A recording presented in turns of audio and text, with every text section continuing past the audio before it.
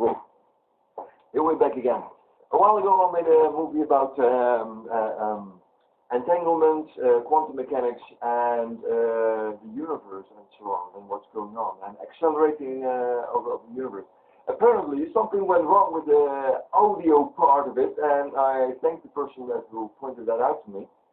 Of course, it was a great opportunity to make a laughing stock about it. Okay, well, if you want to make a laughing stock about old folks, how pathetic. Have your fun with it, yeah? Okay, my blessing. Thanks. But I'm going to repeat actually what I wanted to say in that film with it.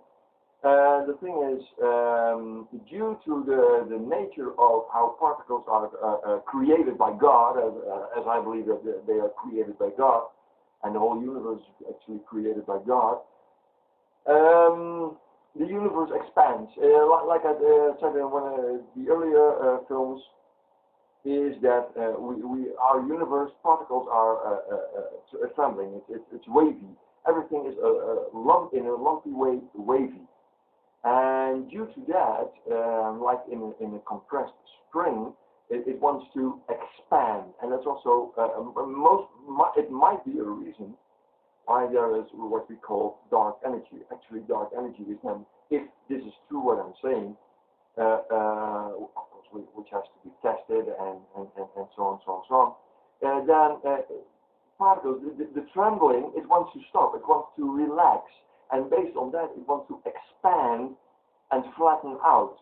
Space doesn't want to apparently wrinkle and vibrate. It doesn't want to do that in this idea. And so it wants to stretch out. And of course, if you add up all the little stretchings, then in the end, where the furthest away, that it's expanding, accelerated. That's why, and that's what we observe. That's what has been observed.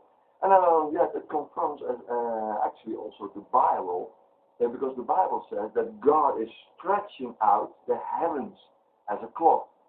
Of course, it's symbolic. I mean, we're not in.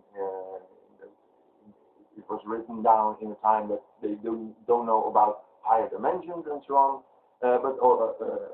So it's written down as stretching out a cloth, a wrinkled cloth. If you wrinkle a cloth, a tablecloth, for example, and you wrinkle it up, then it stretches out. If you stretch it out, then it flattens.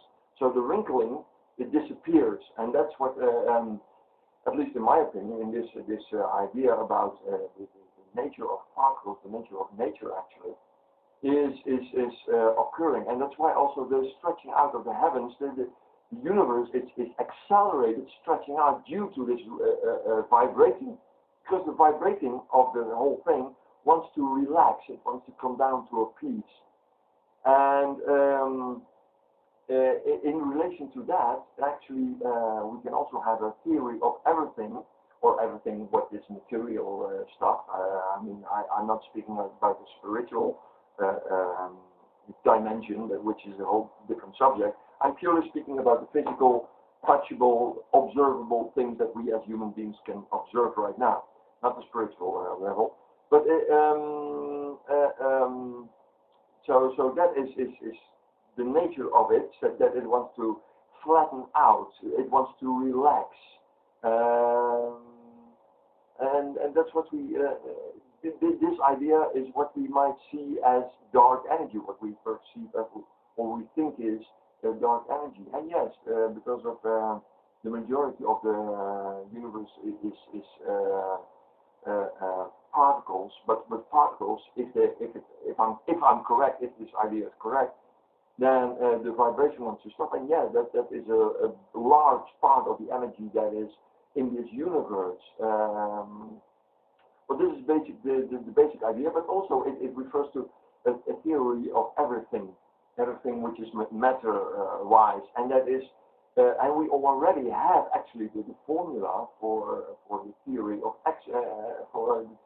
everything what we see, observe, and material is material, and that's actually the simple cosine and sine function. I mean, if something is vibrating, then you can describe it as it's a wave function. functions. Every particle is described as a wave function.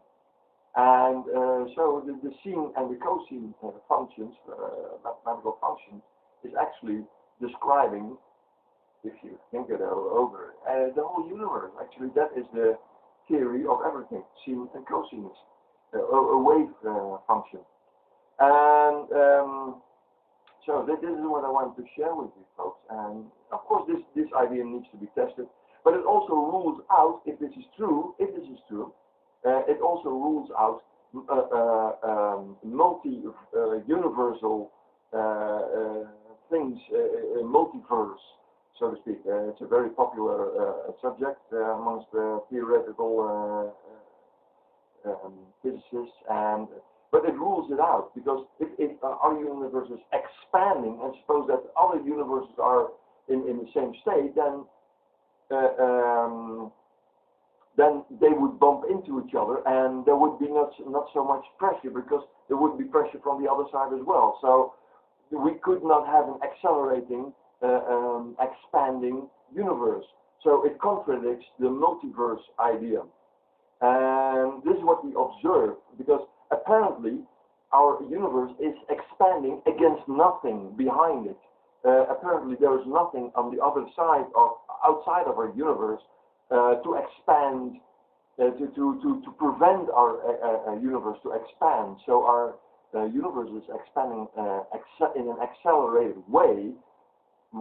I think it's due to the relaxation of these wave functions, and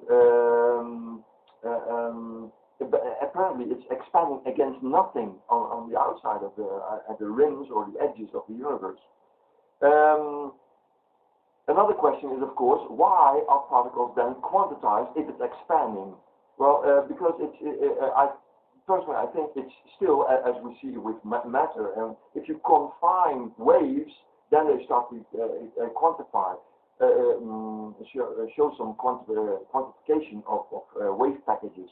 And still, the universe is not expanded in such a way that the quantification is ended. So it's still confined, of course, in an accelerated expanding space, but it's still confined in that area that is expanding. So it's which leads back to a quantification of the wave, the vibrations that our universe is made up apparently of. But this one I wanted to share, this idea, this theory, this hypothesis. Of course, this needs to be tested. This needs to be figured out. If I'm correct, if people are interested in to figure it out at all. So this is what I wanted to share, and I apologize for the movies without a sound, and I will replace them. Okay, thank you for watching, and see you next time. Hasta la vista. Thanks.